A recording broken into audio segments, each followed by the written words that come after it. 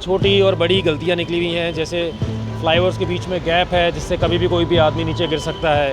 ये जैसे कि ये जो ब्रिज बन रहा है, इस ब्रिज के बीच में जो गैपिंग दी गई है, अब आप सोचिए कि ये काफ़ी लंबी गैपिंग हो चुकी है और ये ब्रिज बन चुका है। उसके बाद में आज कलेक्टर साहब को जानकारी देने में अच्छा लग रहा है कि ये गैपिंग ठीक नहीं है।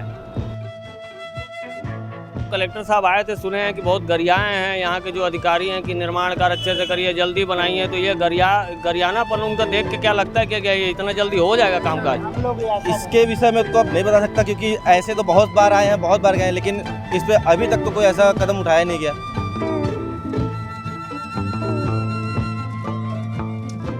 देखिए जनाब, सरकार ये कहती है कि बहुत सारी योजनाएं और बहुत सारे क्रियान्वयन जनता के लिए किए जाते हैं, लेकिन जनता के लिए जो क्रियान्वयन किए जाते हैं उनमें कितना बड़ा झोल है और कितने सारी तकलीफ़ें, उनसे नाराज़ ये पब्लिक खड़ी है। ये फ्लाईओवर आप देख पा रहे हैं, ये छत्तीसगढ़ का भिलाई शहर है। भिलाई शहर से ये फ्लाईओवर हिंदुस्तान में पहला एक इतिहास है कि किसी भी शहर को चीरती हुई कोई सड़क बीच से रायपुर की ओर जाती है, इधर वो रायपुर की ओर जाया जाता है और इधर से ये दुर्ग की ओर से टाटीबंध की ओर से ये सड़क आती है।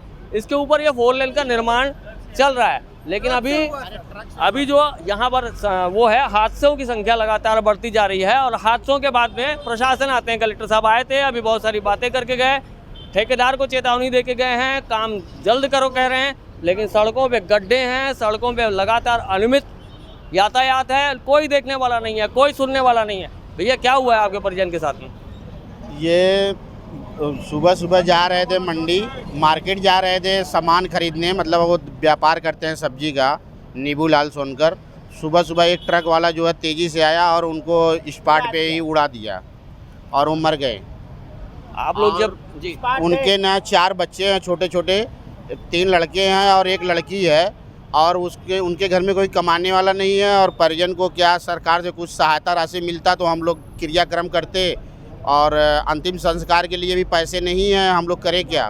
आपका नाम बताएंगे? हमारा नाम बैजनाथ सोनकर है। सोनकर जी, ये बताएंगे कि यहाँ पर जैसे कि ये अनियमित तरह से ट्रैफिक व्यवस्था चलती है, इतने दिन से ये फ्लाईओवर का निर्माण कार्य चल रहा है और भी हादसे हुए हैं, ब्रिज से कई लोग गिरे हैं, उसके बाद भी आप लोग देखते हैं कि यहाँ पर सरकार और प्रशासन नाम की कुछ चीज़ दिखती है आपको? नहीं, सरकार प्रशासन तो यहाँ दिख ही नहीं रहे हैं। और अभी तो कलेक्टर साहब आए थे तो बोले कि तुरंत तत्काल जो है 25,000 की राशि दिया जाएगा अंतिम संस्कार के लिए, लेकिन वो हमको आशा लग नहीं रहा है। और जो है अब कैसे मिलेगा, हम लोग को उतना जानकारी भी नहीं है। जी आप बताएंगे क्या क्या पीड़ा है यहाँ पर? इस सड़क में चलना कितनी बड़ी समस्या है, कितने सारी समस्या है सर, बहुत ज़्यादा समस्या है। समस्या का कोई सुधार कर नहीं पा रहे हैं, कैसे किया जाए समस्या? तो क्या लगता है जब घटना दुर्घटना हो जाता है तब अधिकारी आप लोगों को सुनने आता है यहाँ पर, ये कहने का मतलब? अरे मालिक, ये तो हम लोग सुबह से दौड़ रहे हैं, कोई सुन ही नहीं रहा, कोई बात ही नहीं सुन रहे हैं, कोई अधिकारी, कोई कर्मचारी, कोई भी कुछ सुन ही नहीं रहे हैं। अभी आओ तभी जाओ, इधर करो उधर करो, कुछ समझ नहीं आ रहा है। आप बताएंगे भैया, यहाँ पर आप लोग जब चलते हैं तो जनता के लिए बनाया गया है सड़क और जनता के लिए ये फ्लाईओवर का निर्माण भी हो रहा है। वाजिब बात है कि फ्लाईओवर जब बनता है तो कुछ ना कुछ नीचे समस्या रहती है या कुछ निर्माण में दिक्कत आती है, लेकिन ये तो काफ़ी लंबा वक्त हो गया है, इसको कोई बनाने वाला, कोई देखने वाला, कोई रहनुमा दिखता ही नहीं है। जी, ये तो अभी तक इसका कोई पता ही नहीं चला और ये करीब इतने लंबे समय से इसका कार्य चल रहा है, जिसकी वजह से रोड पे गड्ढा और ये अलग से जो मतलब गाड़ियाँ की जो देख रेख है, इसके लिए कोई यातायात वहाँ पुलिस नहीं थी। और सुबह जो घटना हुई है, इतनी दर्दनाक घटना हुई है, और जिसके जो परिजन जो आए हैं यहाँ पे हमारे साथ मौजूद हैं, उनके फैमिली, उनको कोई देखने वाला नहीं है। और ये कहीं ना कहीं यातायात की लापरवाही के कारण हुआ है। यातायात की लापरवाही के कारण इसका जो मेन रीज़न है, रोड की वजह से वो मतलब रोड क्रॉस कर रहे थे, जिसकी वजह से अचानक से ट्रक ने उनको आके टक्कर मारी और ऑन द स्पॉट उनकी वहाँ पे डेथ हो गई। और जिसके लिए हम लोग सहायता राशि के लिए कब से मांग कर रहे हैं, पर अभी तक कोई सुनवाई नहीं हो रही है उसकी। कलेक्टर साहब से भी बात हुई, अभी आए थे, बट अभी तक इसका कोई भी निजायज नहीं हुआ है। सवेरे हम लोग 8 बजे से इस चीज़ के लिए परेशान है। अभी तो कलेक्टर साहब आए थे, सुने हैं कि बहुत गरियाए हैं यहाँ के जो अधिकारी हैं कि निर्माण कार्य अच्छे से करिए, जल्दी बनाइए। तो ये गरियानापन उनका देख के क्या लगता है कि क्या ये इतना जल्दी हो जाएगा कामकाज? इसके विषय में तो अब नहीं बता सकता, क्योंकि ऐसे तो बहुत बार आए हैं, बहुत बार गए हैं, लेकिन इस पर अभी तक तो कोई ऐसा कदम उठाया नहीं गया। ये हमेशा से ऐसा होता आ रहा है, आते हैं, देखेंगे, चले जाएंगे, बट इसके ऊपर जो इसका समाधान है वो अभी तक हुआ नहीं। आप क्या चाहते हैं कि क्या होना चाहिए? क्या यहाँ पर अधिकारियों के प्रति जो गैर जिम्मेदार अधिकारी हैं उन पे कार्रवाई होना चाहिए? आपको ऐसा लगता है जो ठेका निर्माण कंपनी है उन पे कार्रवाई होना चाहिए? ये जो ठेका निर्माण कंपनी इनके खिलाफ कार्रवाई होनी चाहिए, सख्त कार्रवाई होनी चाहिए, क्योंकि कहीं ना कहीं उनकी लापरवाही है और उनकी लापरवाही की वजह से आज किसी मासूम की जान चली गई है। तो इसका कहीं ना कहीं जिम्मेदार अधिकारी भी हैं और सबसे बड़े तो मतलब जो यहाँ के ठेकेदार है वो भी इसके जिम्मेदार हैं। ये इस तरह से जो पीड़ा है आप साफ तौर पर देख पा रहे हैं, जो पीड़ा है उसको सुना है आपने, और मैं आपको कुछ नज़ारा दिखा देता हूँ। ये जैसे कि ये जो ब्रिज बन रहा है, इस ब्रिज के बीच में जो गैपिंग दी गई है, अब आप सोचिए कि ये काफ़ी लंबी गैपिंग हो चुकी है और ये ब्रिज बन चुका है। उसके बाद में आज कलेक्टर साहब को जानकारी देने में अच्छा लग रहा है कि ये गैपिंग ठीक नहीं है, इस गैपिंग को सुधारा जाए और साफ तौर पर ठेका निर्माण कंपनी को चेतावनी दी गई है कि जल्दी कामकाज करें। तो ये पब्लिक है, पब्लिक के लिए निर्माण कार्य किए जाते हैं, पब्लिक यहाँ पर तड़पती है, परेशान होती है।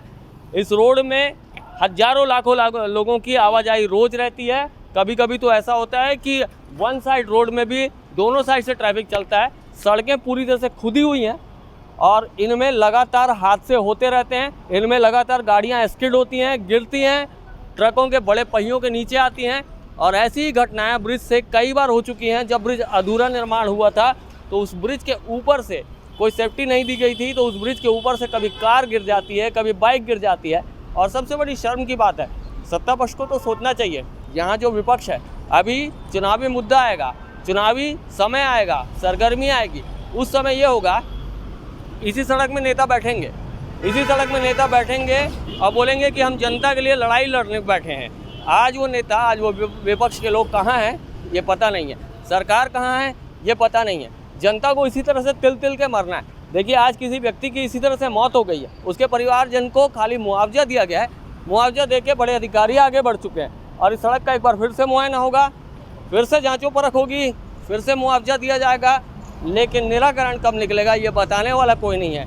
देखना होगा, वार्निंग दी गई है, इस वार्निंग का क्या असर होता है, क्या इतना बड़ा जो इंफ्रास्ट्रक्चर खड़ा किया जा रहा है उसके नीचे क्या लाशें दबी होंगी, इन सवालों का जवाब आपको ज़रूर देना होगा प्रशासन। केपी न्यूज़ के लिए छत्तीसगढ़ के भिलाई से मैं हूं शशिकांत तिवारी। रायपुर दुर्ग के बीच में 4 फ्लाईओवर्स बन रहे हैं। इसमें जो पूरा प्रोजेक्ट है वो कई सालों से डिलेड है और निर्माण एजेंसी की तरफ से इसमें बहुत सारी लापरवाहियाँ रही हैं, कई सारी इसमें डेथ्स हुई हैं और अभी भी जो प्रोजेक्ट है वो बहुत डिलेड है। तो अभी प्रशासन ने ये डिसाइड किया है कि जब तक ये चारों फ्लाईओवर्स नहीं बन जाते, हर दिन एसडीएम आकर काम को देखा करेंगे और 7 दिन में एक बार कलेक्टर खुद आकर काम को देखेंगे, जब तक ये पूरे चारों फ्लाईओवर्स कंप्लीट नहीं होते। उसके अलावा बहुत सारी छोटी और बड़ी गलतियां निकली हुई हैं, जैसे फ्लाईओवर्स के बीच में गैप है जिससे कभी भी कोई भी आदमी नीचे गिर सकता है, वो इनकी डिज़ाइन की प्रॉब्लम्स है। तो वो पूरे और ये चारों फ्लाईओवर्स में जिनको हमने बंद करने के लिए बोला है। उसके अलावा अभी तक लाइट्स चालू नहीं की गई है, तो वो कुछ इश्यूज़ थे इनके, वो लाइट्स भी आज से चालू हो जाएंगी, स्ट्रीट लाइट्स चालू हो जाएंगी। उसके अलावा जो हर एक जो स्पैन है फ्लाईओवर्स के नीचे, उनके नीचे पार्किंग की प्लानिंग की गई है और जिनमें पार्किंग नहीं है वहाँ पर बहुत ही अच्छी गार्डनिंग की और रात में बहुत ही अलग तरह की एक अच्छी लाइटिंग की व्यवस्था यहाँ पर रहेगी, ताकि जो ये फ्लाईओवर्स हैं वो एक शहर की सुंदरता में भी चार चांद लगाए। डिले होने का क्या बता रहे हैं? डिले होने के बहुत सारे कारण जो ठेकेदार हैं, एजेंसीज़ हैं, वो बताते हैं कि इनका पेमेंट अटका हुआ है भारत सरकार से। दूसरा जो बता रहे हैं, अभी जो मेजर जो इश्यूज़ है कि इनके टेक्निकल फॉल्ट लगभग हर फ्लाईओवर में इनके टेक्निकल फॉल्ट रहे हैं। सुपेला फ्लाईओवर के नीचे हम खड़े हुए तो यहाँ पर इनके 2 गर्डर्स में प्रॉब्लम आई, जिसमें एक में क्रैक आ गया, एक में फिर उसमें लीकेज आ गया, तो बड़े वाहनों के लिए फिर वो अनसेफ हो जाता है। तो इस तरह की जो गलतियाँ, टेक्निकल गलतियाँ लगभग हर फ्लाईओवर में हुई है।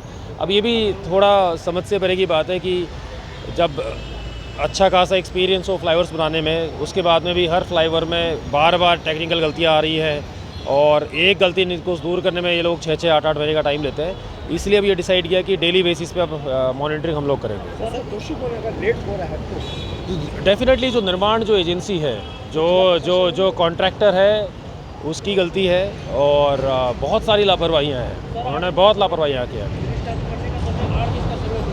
हाँ, जो अभी रायपुर से दुर्ग में जो आप देखेंगे तो लेफ़्ट वाला 8वें दिन में हम चालू करा देंगे, ये हमारी जिम्मेदारी है कि हम चालू करा देंगे। और जो रायपुर से दुर्ग में जो राइट वाला है वो 15 दिन में चालू हो जाएगा। ये हमारी तरफ से फाइनल डेट है ठेकेदार को, हम चालू करा देंगे।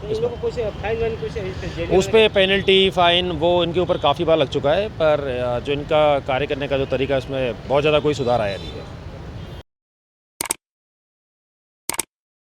न्यू वीडियोस के अपडेट पाने के लिए सब्सक्राइब करें केपी न्यूज़ को और बेल आइकन को दबाएं।